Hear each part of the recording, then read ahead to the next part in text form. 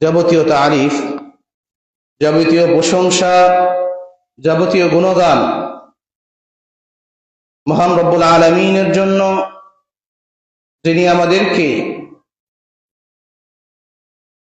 অশেষ রহমত দান করেছেন,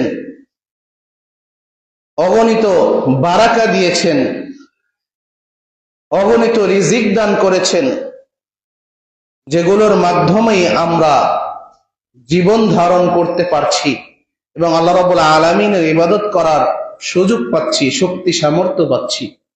এই সুযোগটি যিনি করে দিয়েছেন সেই মহান রব্বুল আলামিনের দরবারে শুকরিয়া আদায় করে সকলে বলে আলহামদুলিল্লাহ। অনেক মানুষ অনেকভাবেই জীবন যাপন করতেছে, সকলেই আল্লাহ রাব্বুল আলামিনের ইবাদত করতে পারে না, সবার তৌফিকেই সেটা নাই, কোনো ব্যস্ততা নাই, অসুস্থতা নাই, পেরেশানি নাই, কিছুই নাই। তারপরেও কি শুধু শুধু আল্লাহর ইবাদত থেকে বিরত, তারা হচ্ছে হতভাগা। আল্লাহ রাব্বুল আলামিন তাদেরকে ভালোবাসেন না বিদায়ী নিজেকে সেজদা করার তৌফিক তাদেরকে দেন নাই। তো সেই ক্ষেত্রে আমরা যারা ভিন্ন আছি, আমাদের বেশি বেশি আরো তারা শুকরিয়া আদায় করা উচিত। আল্লাহ যদি আমাদের তাকদিরে তার ইবাদত করার সামর্থ্য লিখে না রাখতেন, আমরা তার ইবাদত করতে পারতাম না। আর যদি ইবাদত করতে না পারতাম, তাহলে মৃত্যুর পর আমাদের জন্য ভয়াবহ কঠিন পরিস্থিতি আমাদের জন্য অপেক্ষা করছে। তো যেহেতু আমরা আল্লাহ রাব্বুল আলামিনের ইবাদত বন্দেগী করতে পারছি, তার শুকর গুজার করতে পারছি, তার কাছে ক্ষমা চাইতে পারছি, এই জন্য আমাদের বেশি বেশি আল্লাহ রাব্বুল আলামিনের দরবারে শুকরিয়া আদায় করা উচিত। সকলে বলে আলহামদুলিল্লাহ। অতঃপর সালাত এবং সালাম বর্ষিত হোক আমাদের প্রিয় নবী মুহাম্মদুর রাসূলুল্লাহ সাল্লাল্লাহু আলাইহি ওয়াসাল্লামের উপর, যার মাধ্যমে আমরা জীবনের প্রত্যেকটা ক্ষেত্রে প্রত্যেকটা কাজ আমরা কিভাবে সম্পাদন করব তার দিক নির্দেশনা সম্পর্কে জানতে পারি, এবং কি কি করলে আমরা ক্ষতিগ্রস্ত হব সেই সম্পর্কে জানতে পারি, এবং কোন দায়িত্বশীল কিভাবে তার দায়িত্ব পালন করবে সেই দিক নির্দেশনা যার কাছ থেকে আমরা পাই, সেই প্রিয় নবী এবং প্রিয় রাসূলের উপর দরুদ পাঠ করে আবারও বলি আল্লাহুম্মা সাল্লি আলাইহি আল্লাহুম্মা বারিক আলাইহি। আলোচনা শুরুতেই কোরআনুল কারীমের আয়াতের একটি অংশ এবং রাসূলুল্লাহ সাল্লাল্লাহু আলাইহি ওয়াসাল্লামের সহিহ হাদিস সমূহ থেকে একটি হাদিস তেলাওয়াত করেছি। উক্ত আয়াত এবং হাদিসকে সামনে রেখেই আজকের আলোচনার সংক্ষিপ্ত বিষয় হচ্ছে দায়িত্বশীলের দায়িত্ব ও কর্তব্য, এবং এই সম্পর্কে আমাদের মৃত্যুর পর জিজ্ঞাসিত হতে হবে। প্রত্যেকটা দায়িত্বশীলকেই তার দায়িত্ব সম্পর্কে জবাবদিহিতার সম্মুখীন হতে হবে।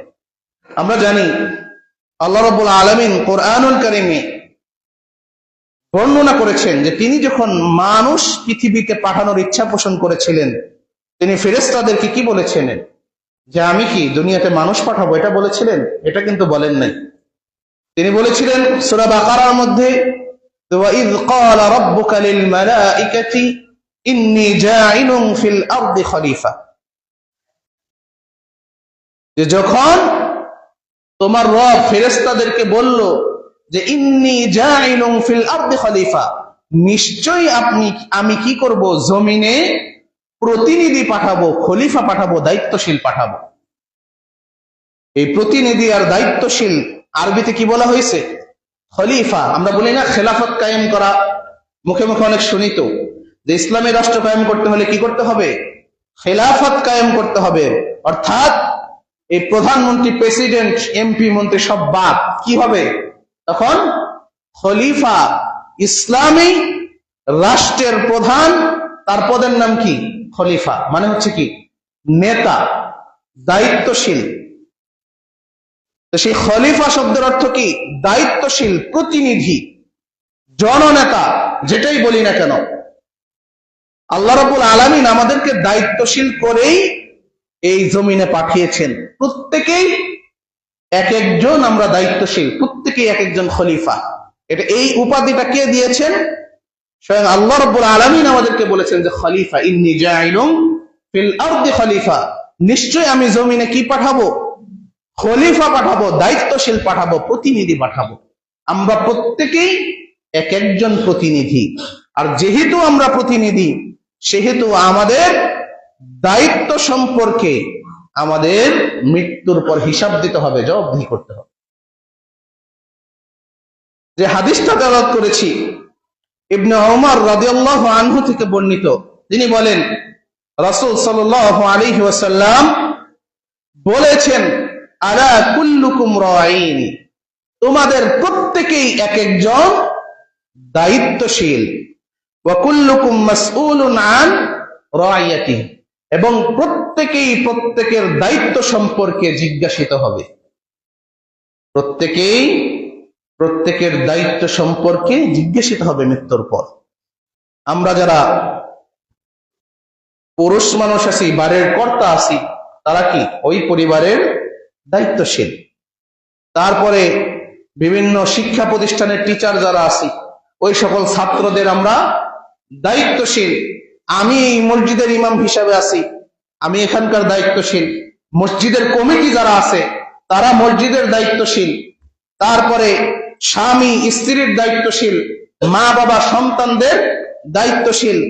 তারপরে যারা ব্যবসা বাণিজ্য করে তার আন্ডারে অনেক মানুষ কাজ করে, বা বড় বড় কোম্পানি যারা চালায় তার অধীনস্থ অনেক কর্মচারী তারা নিয়োগ দেয়। সকলের দায়িত্বশীল কি? উপরে পর্যায়ে যে আছে তিনি।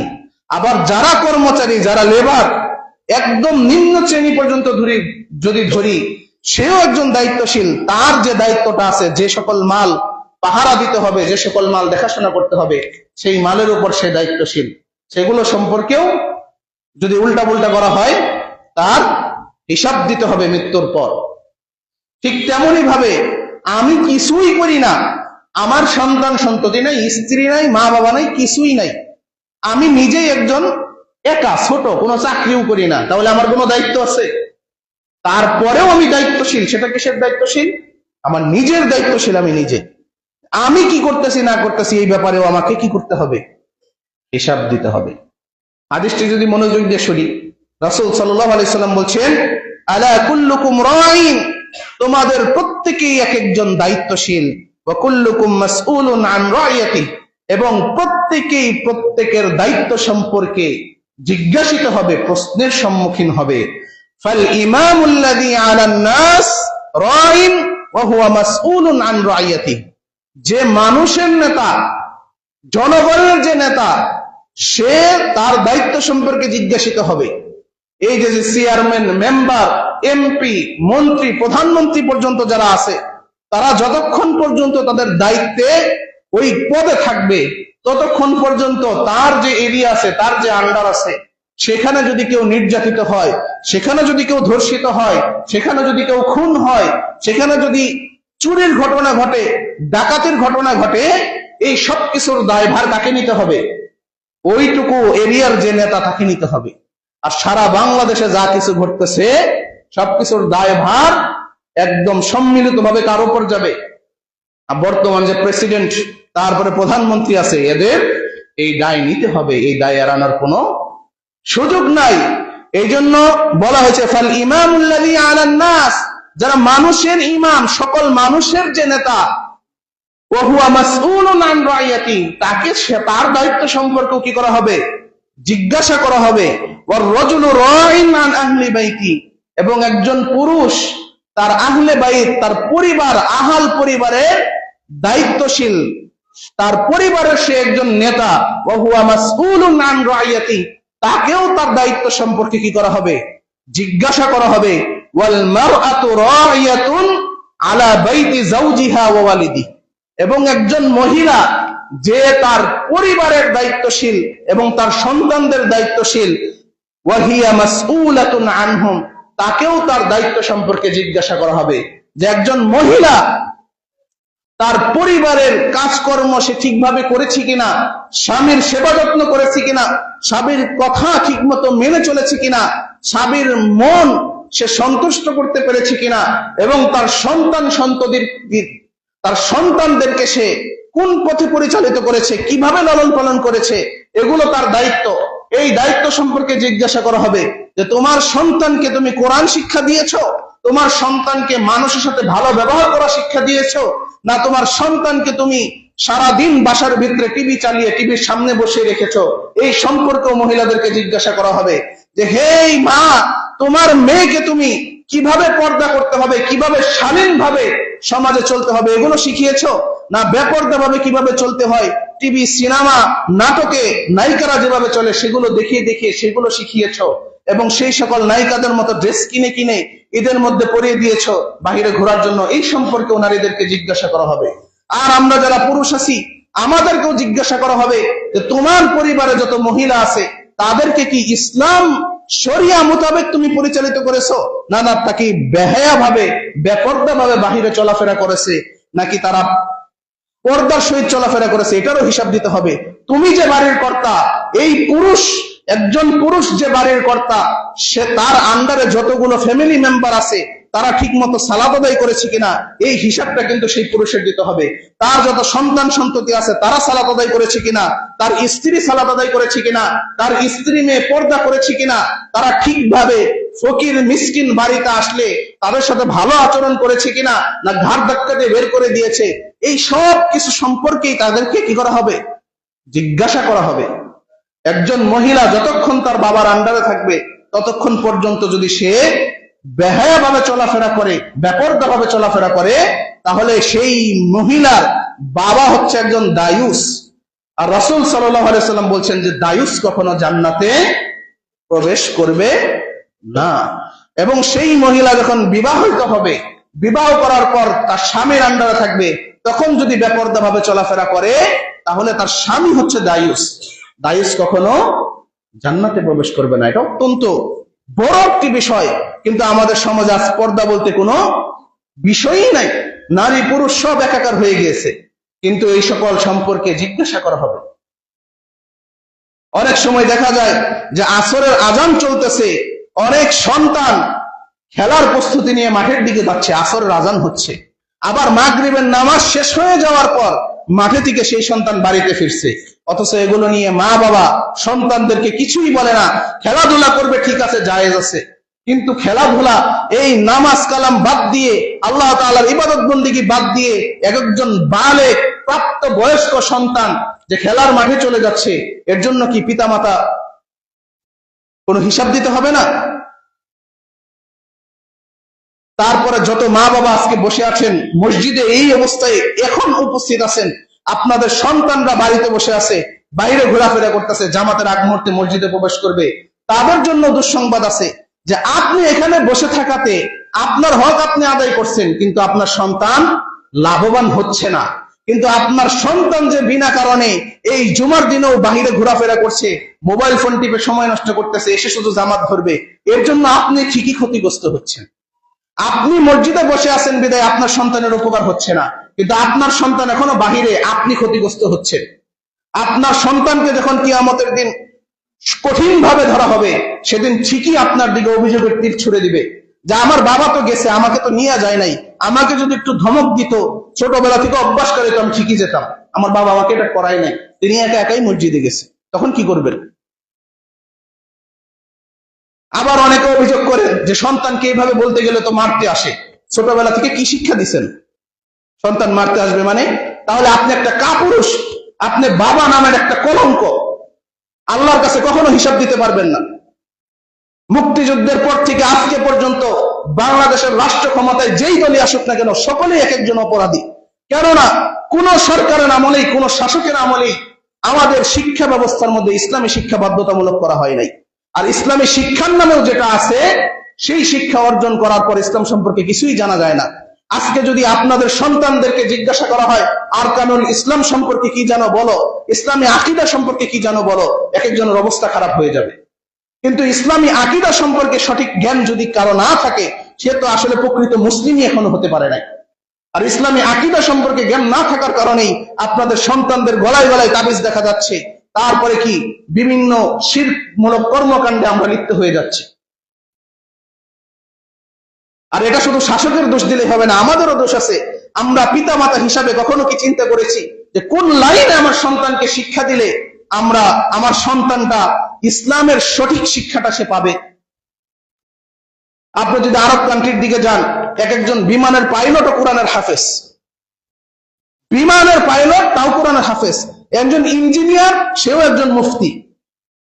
ইসলামী শিক্ষা কি এই আধুনিক শিক্ষার মাঝে কোনো অন্তরাল হয়ে দাঁড়িয়েছে তাদের? কিন্তু সব চুলকানি শুধু আমাদের মাঝে।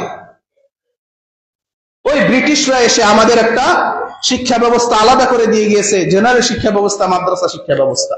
জেনারেল শিক্ষা ব্যবস্থা আর মাদ্রাসা শিক্ষা ব্যবস্থা। আমাদের যদি বিবেক ঠিক থাকতো, আমরা মুসলিম হিসাবে কেউ তো জেনারেল শিক্ষার দিতে যাইতাম না, সকলেই মাদ্রাসা শিক্ষার দিকে যদি ঝুঁকতাম, তাহলে বাংলাদেশে কয়জন হিন্দু, বৌদ্ধ, খ্রিস্টান এরা আছে, এই কয়জন লোক দিয়ে কি এই জেনারেল শিক্ষা এতগুলো চলতো? জেনারেল শিক্ষার ভোট কয়টা বলেন তো? Dhaka board, Rajshahi board, Khulna board, Jessore board, আর এরকম কি 7টা ভোট আছে না? 7টা ভোট না? আর বাংলাদেশের শিক্ষা বোর্ড, মাদ্রাসা শিক্ষা বোর্ড কয়টা বলেন তো সারা বাংলাদেশে? মাত্র একটা শিক্ষা বোর্ড। সেই শিক্ষা বোর্ডের নামই মাদ্রাসা শিক্ষা বোর্ড। তার মানে ছাত্র ছাত্রী কম। একটা শিক্ষা বোর্ড, একটা অফিস থেকে সবকিছু, সব দায়িত্ব পর্যবেক্ষণ করা যায়। কিন্তু জেনারেল শিক্ষায় এত পরিমাণ ছাত্র ছাত্রী যে একটা অফিস থেকে এটা কি এতগুলা দেখাশোনা টেগেল দেওয়া সম্ভব না। যার কারণে কি 7টা শিক্ষা বোর্ড গঠন করা হয়েছে। 7টা শিক্ষা বোর্ডে আলাদা আলাদাভাবে প্রশ্ন ছাপানো হয়, আলাদা সিস্টেমে তারা আলাদা আলাদাভাবে পরীক্ষা নেয়। একসাথে এত পরীক্ষা কন্ট্রোল করা সম্ভব না। এটা কি জন্য?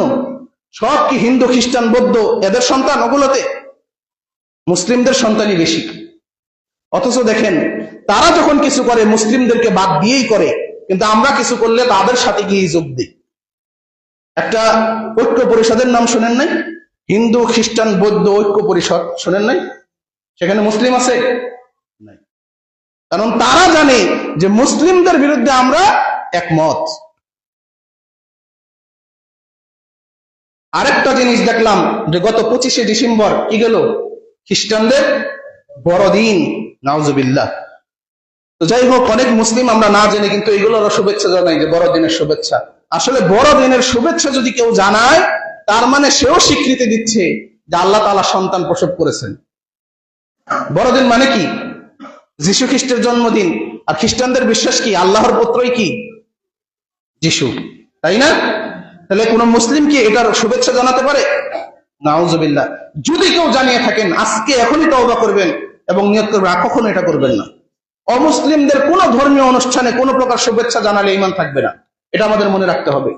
তো যেটা বলতে চাচ্ছিলাম, যে এই বড়দিনের একটা ছবি কয়েকজন আলেমও পোস্ট করেছেন দেখলাম, এমনি ফেসবুকে পোস্ট, খুবই গুরুত্বপূর্ণ। যে পোপ, যিনি খ্রিস্টান ধর্মের সর্বোচ্চ পর্যায়ের নেতা, ধর্মীয় নেতা, সেই পোপ কি করছে? পেটের উপর ভর করে উপর হয়ে শুয়ে আছে। সে ক্ষমা চাচ্ছে কার নিকট? যিশুর যে মূর্তি আছে, সেই যিশুর মূর্তির নিকট কি পোপ ক্ষমা চাচ্ছে? কার নিকট ক্ষমা চাচ্ছে? ওই যে 2 সাইডে হাত এরকম করে, দেখেন নাই খ্রিস্টানদের? ওই যিশুর যে মূর্তি, যেটা তাদের গির্জায় রাখা থাকে, সেই মূর্তির কাছে ক্ষমা চাচ্ছে কে? পোপ, সর্বোচ্চ ধর্মীয় নেতা, উপর হয়ে শুয়ে আছে পেটের উপর ভর করে। সেই পোপ ক্ষমা চাচ্ছে যিশুর মূর্তির কাছে।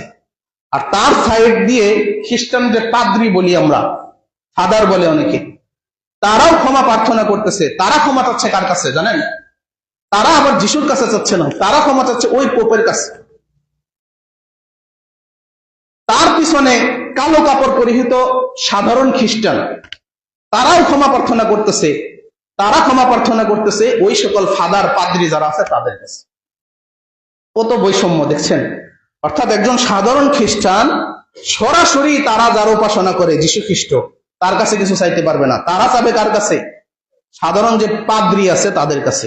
আর পাদ্রী চাবে কার কাছে? পোপের কাছে। আর পোপ চাবে যীশু খ্রিস্টের মূর্তির কাছে। কতটা ভেদাভেদ দেখছেন? মান সম্মানের দিকে একটা সমস্যা আছে না? কিন্তু তারপরেও কখনো কি দেখছেন যে খ্রিস্টানরা তাদের ধর্মের বিরুদ্ধে কোনোদিন কোনো স্লোগান বের করেছে? দেখছেন এরকম কোনো কাহিনী আছে? ইউরোপ, আমেরিকা বা বাংলাদেশে তাদের ধর্মীয় কোনো বিধানের বিরুদ্ধে তারা আন্দোলন গড়ে তুলছে যে এই বিধান মানি না, এটা পরিবর্তন করতে হবে, এরকম আছে? এখন যদি আপনাদের জন্য এরকম নিয়ম থাকতো যে আমি মসজিদের ইমাম, আমি আল্লাহর কাছে দোয়া করব, আল্লাহর কাছে সবকিছু চাইবো, আর আপনারা যারা মুসল্লি আছেন আমার কাছে চাইবেন, কেমন লাগবো? এই নিয়ম যদি ইসলামে থাকতো কেমন লাগতো? এই ইমামের বয়সই কত, আমার কিছু চাইলে তার কাছে চাইতে হবে, এরকম একটা মন মানসিকতা আমার মধ্যে আসতো না? এরকম সিস্টেম কি আছে? আমি মসজিদের ইমাম, আমি যে আল্লাহর কাছেই চাইবো, আপনাকেও কার কাছে চাইতে হবে? সেই আল্লাহর কাছেই চাইতে হবে। আপনি যদি আমার কাছে চান, এটা কি হবে? শিরিক হবে, গুনাহ হবে। ইসলামে এটা হারাম করা হয়েছে। বাংলাদেশের যে সর্বোচ্চ বর্তমানে দায়িত্বশীল কে আছে? ডক্টর ইউনূস। তিনি যদি কোনো কিছু চান, কার কাছে চাইতে হবে? আল্লাহর কাছে। আর আমরা যদি কিছু চাই, ডক্টর ইউনূসের কাছে চাইতে হবে? কার কাছে চাইতে হবে? আল্লাহর কাছে। আল্লাহ রাব্বুল আলামিনের কাছে সকল মুসলিমই কি সমান, কিন্তু মর্যাদার তারতম্য রয়েছে। কিসের ভিত্তিতে? ইলমের ভিত্তিতে। ইয়ারফাইল্লাহুল্লাযীনা আমানু মিনকুম ওয়াল্লাযীনা উতুল ইলমা দারাজাত। যার যত ইলম বেশি, আল্লাহর কাছে তার মর্যাদা তত বেশি। কিন্তু কর্মের দিক থেকে, দায়িত্বের দিক থেকে আল্লাহ রাব্বুল আলামিনের কাছে কেউ নিচু বা উঁচু কেউ না। আমি মসজিদের ইমাম দেখে আল্লাহ রাব্বুল আলামিনকে বেশি পছন্দ করেন, আর আপনি সাধারণ মুসল্লি দেখে আপনাকে আল্লাহ রাব্বুল আলামিন কম পছন্দ করেন, এমন কোন থিওরি ইসলামে আছে? নাই।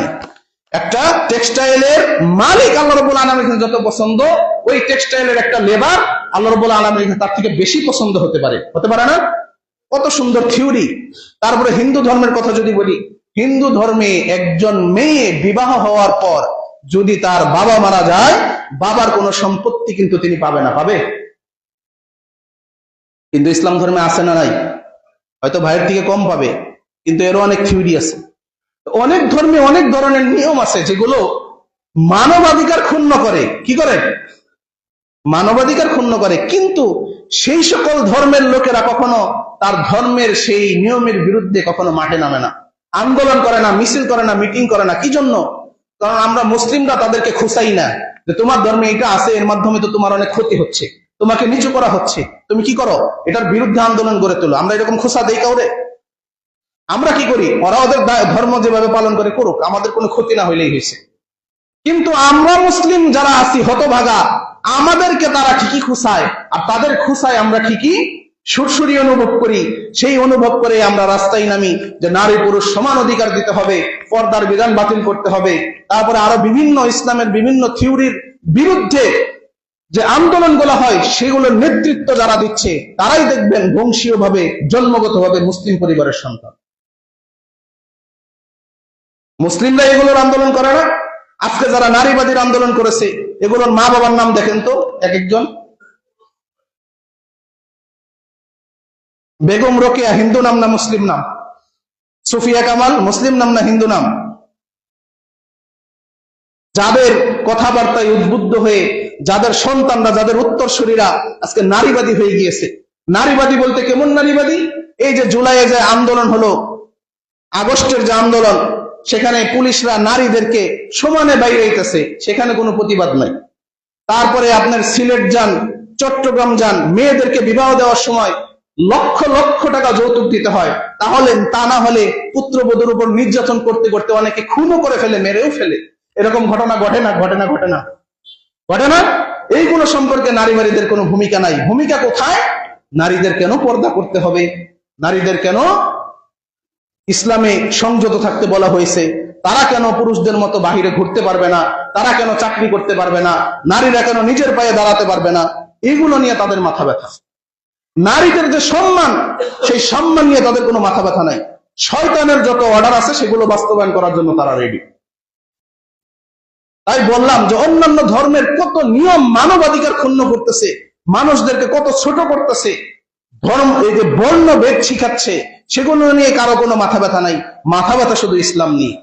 আর আমরা মুসলিমরাই তাদের উস্কানিতে উত্তেজিত হয়ে নিজেদের ধর্মের বিরুদ্ধেই আমরা বিভিন্ন স্লোগান দিয়ে থাকি, বিভিন্ন আন্দোলনে আমরা লিপ্ত হয়ে থাকি। এই জন্য ইসলামী শিক্ষা আমাদের জন্য অপরিহার্য। ইসলামী জ্ঞান না থাকার কারণে আজকে আমাদের এই দশা হয়েছে। এই যে ডিসেম্বর মাস শেষ হয়ে যাচ্ছে, আজকে হচ্ছে ডিসেম্বর 2024 সালের শেষ জুমা। বিদাতিরা যেমন জুমাতুল বিদা পালন করে, রমাদানের শেষ জুমা, সেই হিসাবে কি 2024 সালেও এটা কি জমাতুল বিদা। এটা এমনি বললাম। ডিসেম্বর মাস শেষ হয়ে যাচ্ছে, সামনে জানুয়ারি মাস। অনেকে অনেকের সন্তানকে শিক্ষা প্রতিষ্ঠানে ভর্তি করাবো, অনেকেই শিক্ষা প্রতিষ্ঠান পরিবর্তন করাবো। সকলকেই খেয়াল রাখতে হবে যে আমরা যেন আমাদের সন্তানকে এমন শিক্ষা প্রতিষ্ঠানে ভর্তি করাই যে দুনিয়াবী শিক্ষার পাশাপাশি ইসলামী শিক্ষায় পরিপূর্ণভাবে যেন সে জ্ঞানী হতে পারে। অন্তত পক্ষে এমন এইটুকু জ্ঞান যেন অর্জন করে যে ধর্মের নামে আবুল তাবুল, ধর্মের নামে বিধর্মীদের কিছু যেন সে পালন না করে, ধর্মের নামে যেন সে বিদাতে লিপ্ত না হয়, ধর্মের নামে যেন সে শিরিক না করে। এইটুকু জ্ঞান অন্তত পক্ষে যেন সে অর্জন করতে পারে। এইরকম কোন প্রতিষ্ঠানে ভর্তি করলে আমার সন্তানটা ইসলাম সম্পর্কে সঠিক জ্ঞান পাবে, সেই রকম প্রতিষ্ঠানে ভর্তি করানো প্রত্যেক পিতামাতার জন্য আবশ্যক। যদি না করান, এই যা হাদিসের মধ্যে বললাম যে আলা কুল্লুকুম রাইন, প্রত্যেকেই হচ্ছে দায়িত্বশীল, ওয়া কুল্লুকুম মাসউলুন আন রাইয়াতি, তাদের দায়িত্ব সম্পর্কে জিজ্ঞাসিত হবেন। সন্তানকে এমন জায়গায় ভর্তি করবেন যে সে মাস্টার্স পাস করে ফেলবে, এমফিল ডিগ্রি করে ফেলবে, কিন্তু সূরা ফাতিহা বলতে পারে না। আর আপনি এসে মসজিদের সভাপতি হবেন, নেতা হবেন, আপনার সন্তান ঠিকভাবে নামাজ পড়ে না, মৃত্যুর পর ছাড় পাবেন না। এটা এই জন্য বললাম যে ইসলামের অনেক কিছুতেই আমাদের অনেক অবদান থাকে। একটা মাহফিলেও আমরা অনেক কি করি, সহযোগিতা করি, অনেক কিছু করি।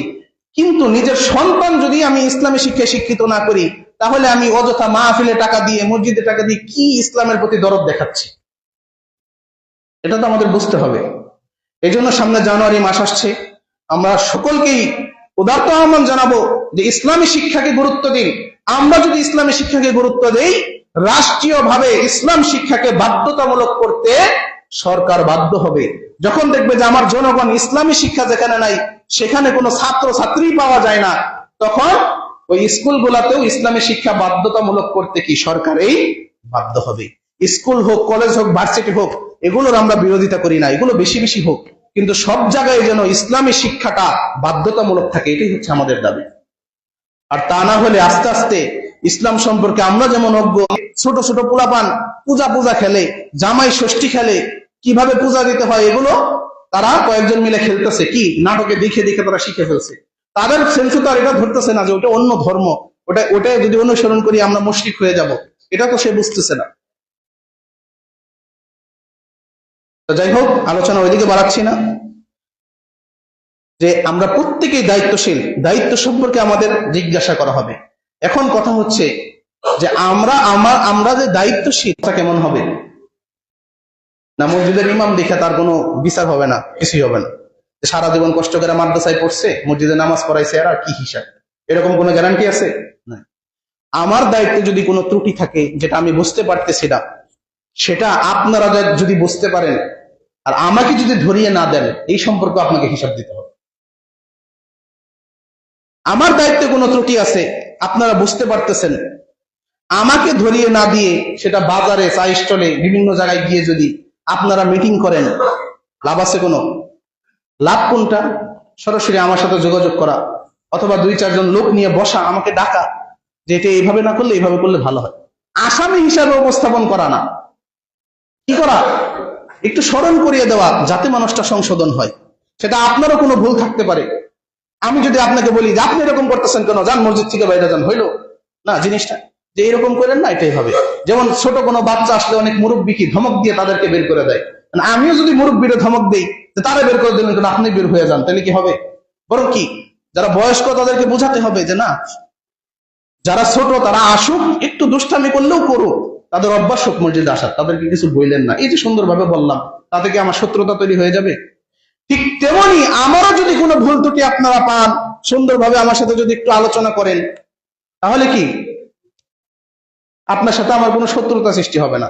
হয় আমি সংশোধন হব, আর যদি মনে করি যে না আমি ঠিক পথে আছি, আপনি ভুল বুঝছেন, তাহলে আমি আপনাকে বুঝাবো। নবী সাল্লাল্লাহু আলাইহি সাল্লাম বলেছেন, লা তাজুলু কদমা ইবনে আদম ইয়াউমাল কিয়ামাতি হাত্তা ইউসআলু আন খামসিন, যে আদম সন্তান তার 2 পা 1 ইঞ্চি পরিমাণ নড়াতে পারবে না কিয়ামতের দিন, যতক্ষণ পর্যন্ত তাকে 5টা বিষয়ে প্রশ্ন না করা হবে। কোন কোন বিষয়? আন উমরিহি ফিমা আফনাহু, সে তার জীবন হায়াত, তার বয়সটা কিভাবে কাটিয়েছে, কিভাবে ব্যয় করেছে। তারপরে কি? ওয়ান শাবাবিহি ফিমা আবলাহু, তার যৌবনকাল সে তার যৌন শক্তি, তার যৌবনের যে একটা আলাদা পাওয়ার, যৌবনকালে একটা আলাদা স্পৃহা থাকে যেটা বৃদ্ধদের মধ্যে থাকে না। যৌবনকালে শক্তি থাকে অন্যরকম, সেই শক্তিকে সে কোন কাজে ব্যয় করেছে, তার যৌবনকালটা সে কোন পথে ক্ষয় করেছে, এই সম্পর্কে জিজ্ঞাসা করা হবে। ওয়ান মালিহি মিন আইনা ইকতাসাবা ওয়া ফীমা আনফাকা, এবং তার ধন সম্পদ সে কোন জায়গা থেকে অর্জন করেছে, আয় করেছে, এবং কোন পথে ব্যয় করেছে, দুই সম্পর্কে জিজ্ঞাসা করা হবে। ওয়া মাযা আমিলা ফীমা আলিমা, এবং সে যে জ্ঞান অর্জন করেছিল সেই অনুযায়ী সে আমল করেছে কিনা, এই সম্পর্কেও জিজ্ঞাসা করা হবে। এর জন্য বিশেষ করে আমরা যারা যুবক আছি, খুতবার শুরুতে যুবকদেরকে মসজিদে পাওয়াই যায় না। কেন? তাদের কি শক্তি একদম কমে গেছে, লাঠি বোর করে হাঁটতে হয়, যা আজানের সময় রওনা দিলে কোনো মতে যায় জামাত ধরা যায়, এই পুরা খুতবার টাইম আমাদের রাস্তায় কেটে যায়। আল্লাহ কি আমাদেরকে এরকম খোরা করে বানিয়েছে যুবকদেরকে? তাহলে আমরা কেন মসজিদে আসি না? আল্লাহ তাআলা যখন প্রশ্ন করবেন কি উত্তর দিব? তারপরে আমরা যারা মোটামুটি জানি, যতটুকু জ্ঞান অর্জন করতে পেরেছি, জ্ঞান অনুযায়ী যদি আমরা আমল না করি তাহলেও আমাদের বিপদ রয়েছে। আমরা যতটুকু জানি ততটুকু আমাদের আমল করার চেষ্টা করতে হবে, আমল করতে হবে সর্বোচ্চ। তা না হলে মৃত্যুর পর এই সম্পর্কে জিজ্ঞাসা করা হলে আমরা কোনো সদুত্তর দিতে পারবো না, আমাদের জন্য মুসিবত শুরু হয়ে যাবে। আল্লাহ রাব্বুল আলামিন আমাদের সকলকেই তার নিজ নিজ দায়িত্ব সঠিকভাবে পালন করার তৌফিক দান করুন, সকলে বলে আমিন। এবং মৃত্যুর পর যেন আমরা সকলেই